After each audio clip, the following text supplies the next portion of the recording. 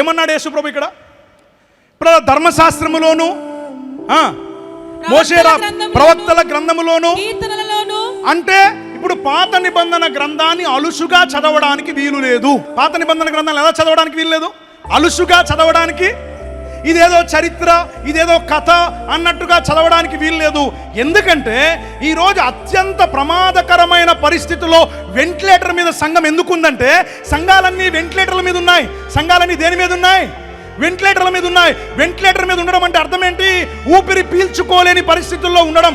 ఊపిరి పీల్చుకోలేని పరిస్థితుల్లో ఉండడం అంటే అర్థం ఏంటి? పైకి భక్తిని నటిస్తున్నాము కానీ దేవుని శక్తిని ఆశ్రయించని వారిగా మారిపోయాం. కారణం ఏంటి అనంటే, ఈరోజు మన జీవితంలో దేవుని ఉనికి మనకు తెలియదు, దేవుని కాలమానం మనకు తెలియదు, దేవుడు ఏం చెప్తున్నాడో మనకి తెలియదు, దేవుడు ఏం కోరుకుంటున్నాడో మనకు తెలియదు, ఈరోజు దేవుడు ఏం మాట్లాడుతున్నాడో మనకు తెలియదు, ఈరోజు దేవుని సంఘం ఎక్కడుండాలో మనకు పూర్తిగా తెలియదు. కారణం ఏంటంటే ఈరోజు మన జీవితంలో రెండు గ్రంథాలుగా మనకు రెండు భాగాలుగా కనబడుతున్న పాత నిబంధన గ్రంథం, కొత్త నిబంధన గ్రంథం. ఇవి రెండు ఒకదానికొకటి క్రోడీకరించబడి ఉన్నాయి. ఇవి మనకు అర్థం కావాలంటే దేవుని చేత పంపబడిన పరిచర్య మనకు ఉండాలి. ఆమేన్.